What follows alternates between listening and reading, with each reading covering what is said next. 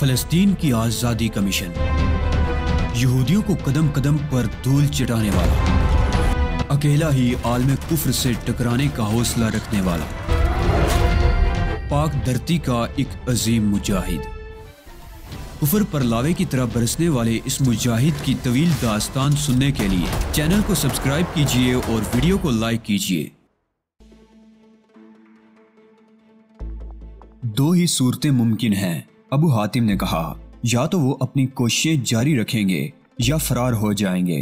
بالکل ٹھیک، میں نے کہا، یہی سب سے اہم نکتہ ہے کہ اگر کسی نے فرار ہونے کی کوشش کی تو کیا ہوگا۔ میں سمجھا نہیں تم کیا واضح کرنا چاہتے ہو؟ طلحہ نے الجھے ہوئے انداز میں کہا، اس کی دو صورتیں ہیں۔ یہ تو طے ہے کہ پہلے حملے میں ہم 4 طیاروں کو تو بآسانی گرا لیں گے۔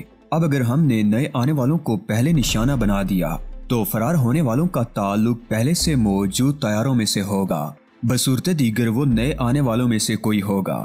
یہ تو ظاہر سی بات ہے، ابو حاتم نے کہا، مگر یہ بات اب بھی سمجھ میں نہیں آئی کہ اس کی کیا اہمیت ہے۔ ایندھن، میں نے مسکرا کر کہا، کیا مطلب؟ طلحہ چونک پڑا، تم لوگوں نے بنیادی چیز تو نظر انداز کر دی، اور بنیادی چیز یہ ہے کہ فرار ہونے والے کے طیارے میں ایندھن کی پوزیشن کیا ہوگی۔ میں سمجھ گیا۔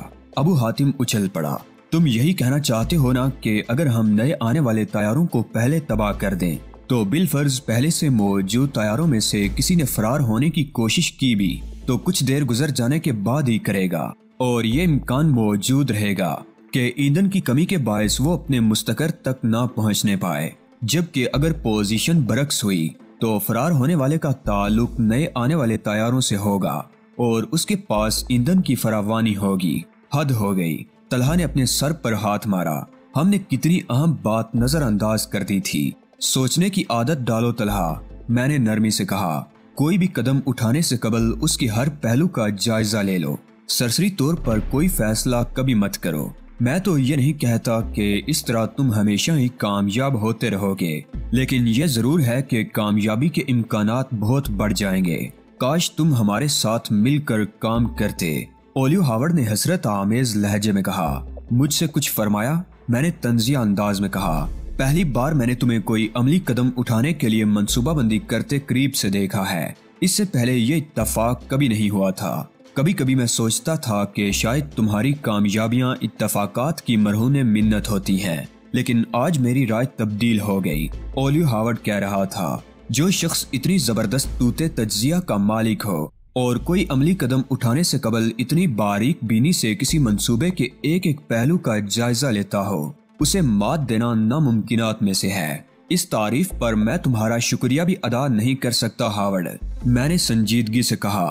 میں نے رسماً تمہاری تعریف نہیں کی ہے علی، بلکہ یہ حقیقت ہے کہ میں تم سے بے حد متاثر ہوا ہوں، ورنہ ہرگز تعریف نہ کرتا۔ میرے الفاظ بھی رسمی نہیں تھے، میں تو شرمندہ ہو رہا ہوں کیونکہ ابھی اس منصوبے کے کئی پہلو تشنہ رہ گئے ہیں، میں نے ان پر بحث نہیں کی۔ نہیں، اولیو ہاورڈ نے کہا، اس کی حیرت دیدنی تھی۔ میں یقین سے کہتا ہوں کہ تم ہر پہلو کا جائزہ لے چکے ہو۔ بے شک میں نے ہر پہلو کا جائزہ لیا ہے، میں نے کہا، لیکن ان میں سے چند ایسے ہیں جو زیر بحث نہیں آئے۔ اب اس منصوبے کا کون سا پہلو رہ گیا ہے؟ ابو حاتم نے پوچھا۔ مجھے خوشی ہوتی اگر تم دونوں میں سے کوئی مزید امکانات زیر بحث لاتا، میں نے افسردگی سے کہا، لیکن خیر فی الحال تو ہمیں اپنی تیاریاں مکمل کرنی ہیں، پہلے ان 8 طیاروں سے نمٹ لیں، اس کے بعد بات کریں گے۔ ہمیں بے حد شرمندگی ہے کہ ہم تمہاری توقعات پر پورا نہیں اترے، طلحہ نے کہا۔ شرمندہ ہونے سے کام نہیں چلے گا دوستو، غور کرنے کی عادت ڈالو، یقین کرو تمہیں کوئی مشکل نہیں ہوگی، تم بھی میری طرح ہر معاملے پر حاوی ہونے لگو گے۔ ہم کوشش کریں گے، طلحہ اور ابو حاتم نے بیک آواز کہا۔ ٹھیک ہے، اب ہم اپنا لائحہ عمل طے کریں گے، میں نے کہا۔ طیاروں کی آمد کا وقت ہوا ہی چاہتا ہے، تم اپنے آدمیوں کو تیار رہنے کا حکم دے دو۔ جیسے ہی طیارے فضا میں نمودار ہوں گے، تمہارے آدمی طیارہ شکن توپوں پر پوزیشن سنبھال لیں گے۔ ہر طیارہ شکن توپ کے نشانے پر نئے آنے والے طیاروں میں سے ایک طیارہ ہوگا۔ تم لوگ اس بات کو یقینی بناؤ گے کہ کہیں 2 مختلف توپوں کی زد پر ایک ہی طیارہ نہ ہو۔ ہر آدمی الگ الگ طیاروں کو زد میں لے گا اور چاروں توپیں ایک ہی وقت میں گولے اگلنا شروع کریں گی۔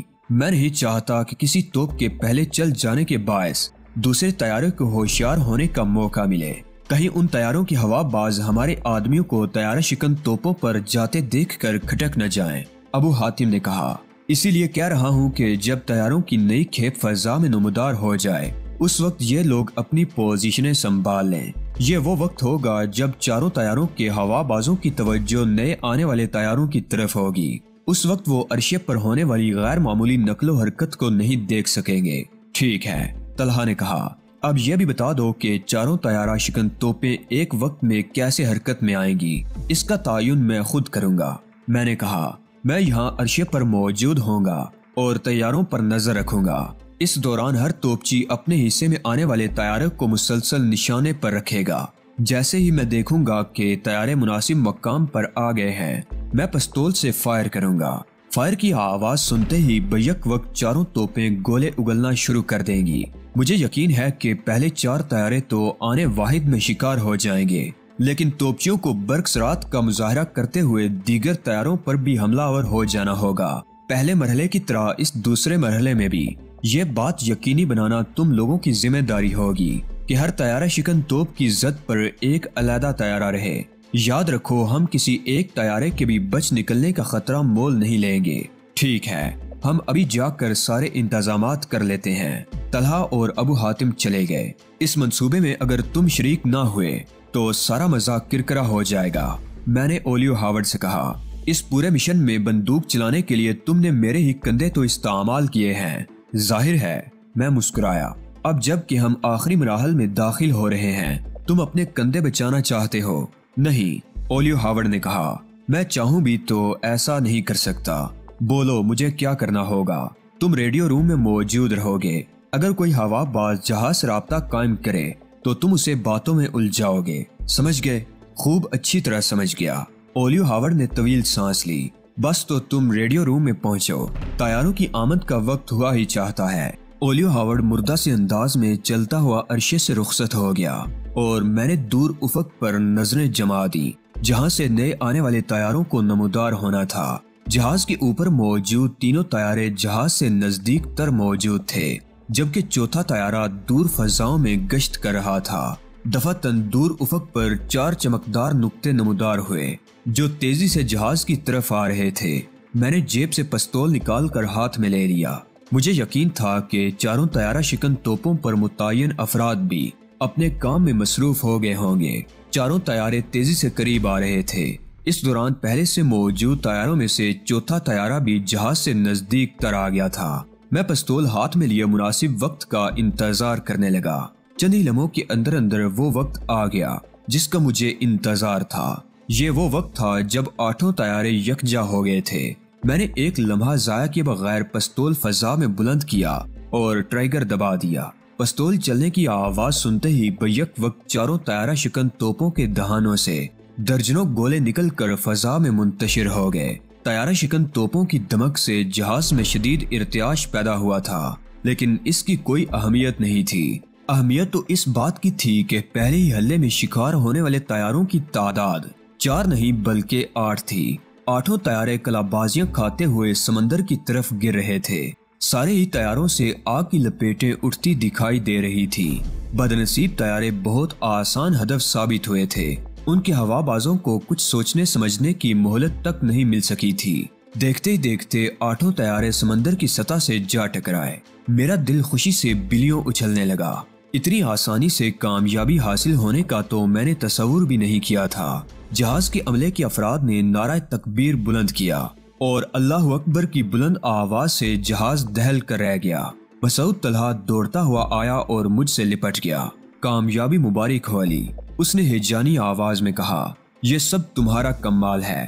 ہرگز نہیں طلحہ، یہ تو خدائے بزرگ و برتر کی رحمت خاص ہے جس کی وجہ سے ہم اتنی آسانی سے کامیاب ہو گئے۔ میں نے کہا، بے شک۔ ابو حاتم کی بلند آواز سنائی دی۔ اگر اس کا کرم شامل حال نہ ہوتا تو ہم لاچار بندے کچھ نہیں کر سکتے تھے۔ اولیو ہاورڈ عرشے پر نمودار ہوا۔ اس کی حالت کسی ہارے ہوئے جواری کی سی تھی۔ مبارک ہو علی، اس نے شکست خوردہ لہجے میں کہا۔ اچھا ہوا میں جہازوں کی گرنے کا دل خراش منظر دیکھنے کے لیے یہاں موجود نہیں تھا۔ مجھے افسوس ہے ہاورڈ، تمہیں شاید اپنا کردار ادا کرنے کا موقع نہیں ملا۔ میں نے کہا، نہیں، کسی ہوا باز نے جہاز سے رابطہ قائم کرنے کی کوشش نہیں کی، انہیں اتنا موقع ہی نہیں ملا ہاورڈ۔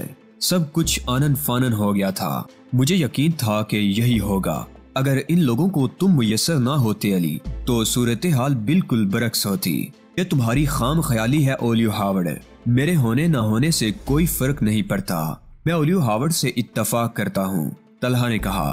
علی نے جو کارنامے انجام دیے ہیں ان کے باعث اس بات سے کوئی بھی انکار نہیں کر سکتا۔ اس کی چھوٹی سی مثال تو یہی ہے کہ اسرائیل کے 8 جہاز کتنی کامیابی سے مار گرائے گئے۔ ابو حاتم بولا، اس میں تو طیارہ شکن توپچیوں کے نشانوں کا کمال ہے۔ میں نے کہا، نہیں۔ ابو حاتم بولا، اگر تمہاری جگہ کوئی اور ہوتا تو وہ اتنے صحیح وقت پر فائر نہ کرتا۔ مجھے یقین ہے کہ تمہاری جگہ جو بھی ہوتا وہ جلد بازی کا مظاہرہ ضرور کرتا، مگر تم نے کمال کر دیا۔ کتنے سکون سے آخری لمحے تک انتظار کیا، حالانکہ 4 جہاز بہت پہلے سے ہماری زد پر تھے۔ اب اگلے مرحلے کی فکر کرو، میں نے اکتائے ہوئے لہجے میں کہا۔ اب کیا بچا ہے؟ طلحہ نے کہا، 1.5 گھنٹے بعد جب باقی ماندہ 4 طیارے آئیں گے تو ان کا بھی یہی حشر ہوگا۔ یہ تم سے کس نے کہا کہ بقیہ 4 طیارے 1.5 گھنٹے بعد آئیں گے؟ میں نے طلحہ کو گورا۔ کمال ہے، طلحہ نے حیرت سے پلکیں جھپکائیں۔ تم خود ہی تو کہہ رہے تھے کہ ہر 1.5 گھنٹے بعد طیاروں کے گروپ تبدیل ہوا کریں گے۔ میں نہیں کہہ رہا تھا، بلکہ ان لوگوں کا پروگرام یہی تھا۔ جب ان کا پروگرام ہی یہی ہے تو کس بات کی فکر ہے؟ طلحہ حیران تھا۔ شاید خوشی کی وجہ سے تمہاری عقل خبت ہو گئی ہے، ابو حاتم نے نرمی سے کہا۔ طیاروں کو پروگرام کے مطابق 1.5 گھنٹے بعد ہی آنا تھا، مگر جب طیاروں کا پہلا گروپ واپس نہیں پہنچے گا تو لامحالہ انہیں تشویش لاحق ہوگی، اور وہ تشویش کی غرض سے قبل از وقت ہی یہاں پہنچ جائیں گے۔ طلحہ بے حد شرمندہ نظر آنے لگا تھا۔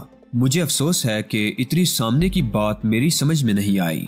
چلو کوئی بات نہیں، دل چھوٹا نہ کرو اور ان 4 طیاروں سے نمٹنے کی تدبیر سوچو جو یہاں قبل از وقت ہی پہنچنے والے ہوں گے۔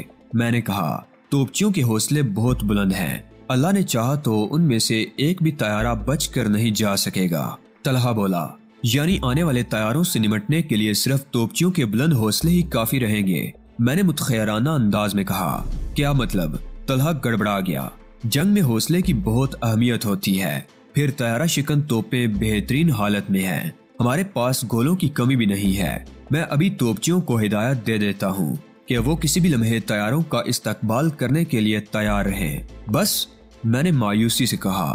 اور کیا چاہیے؟ طلحہ نے بوکھلا کر کہا، تمہارے خیال میں آنے والے طیاروں کے ہوا باز پہلے ہوا بازوں کی طرح غافل ہوں گے؟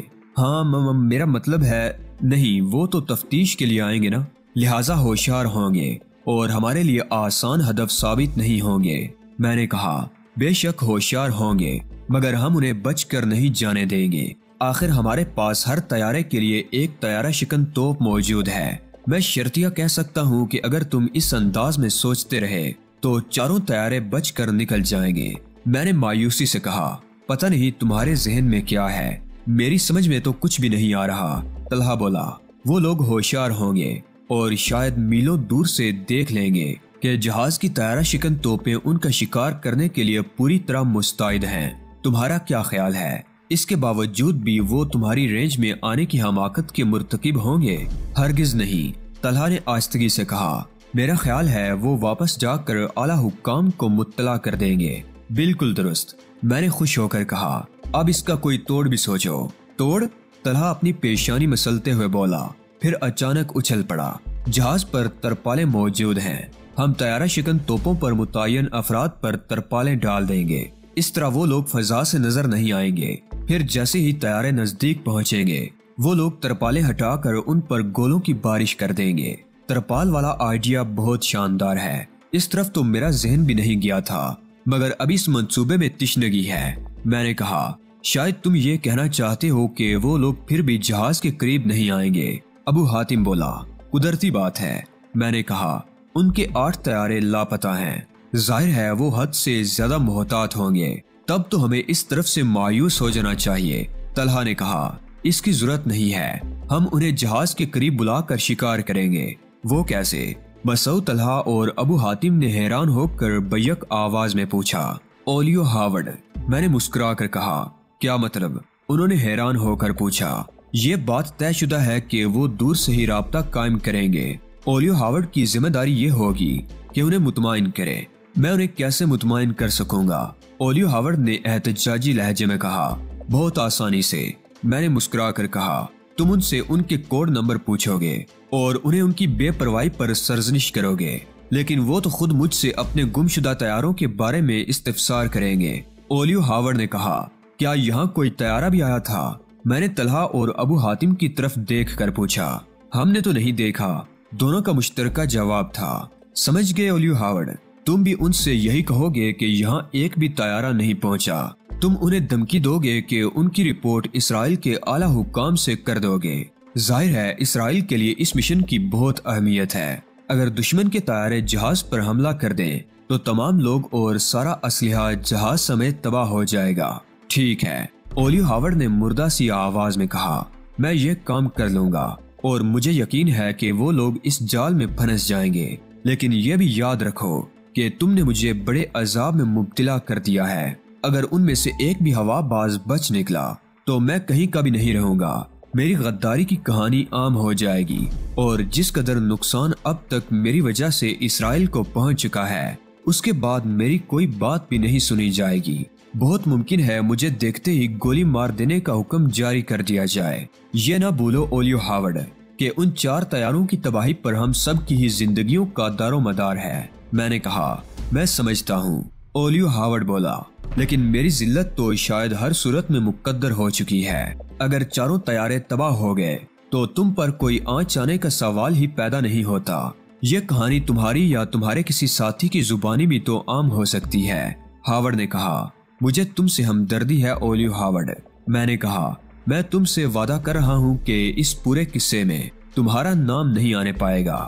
کبھی نہ کبھی تم کسی نہ کسی کو ضرور بتاؤ گے کہ تم نے اولیو ہاورڈ کو پہلے CIA سے نکلوایا اور اس کے بعد موساد کے سربراہ کی حیثیت سے شکست دی۔ اپنے ذہن سے یہ خیال بالکل باہر نکال پھینکو۔ میں نے کہا، میں یا میرا کوئی ساتھی کبھی اس معاملے میں تمہارا نام نہیں لے گا۔ کیا تمہاری یہ خواہش نہیں ہوگی کہ CIA کے بعد اب مجھے موساد سے بھی نکلوا دو؟ میری خواہش اس کے برعکس ہے۔ میں تمہیں موساد میں دیکھنا چاہتا ہوں۔ اس سے مجھے بھی کچھ فائدے ہیں۔ کیا فائدے ہیں؟ اولیو ہاورڈ نے پوچھا۔ یہ نہیں بتاؤں گا، میں نے نفی میں سر ہلایا، لیکن میں چاہتا ہوں کہ تم اپنے ذہن سے یہ بوجھ اتار پھینکو۔ ٹھیک ہے، میں تمہارے وعدے پر یقین کیے لیتا ہوں۔ اولیو ہاورڈ نے ایک طویل سانس لے کر کہا، ہاں تو میں یہ کہہ رہا تھا کہ تم ان طیاروں کے ہوا بازوں کو باتوں میں الجھا کر مطمئن کرو گے اور جب وہ جہاز کے قریب آ جائیں گے تب اچانک ترپال پوش طیارہ شکن توپچی اپنی ترپالیں ہٹا دیں گے اور طیاروں کو نشانہ بنانے کی کوشش کریں گے۔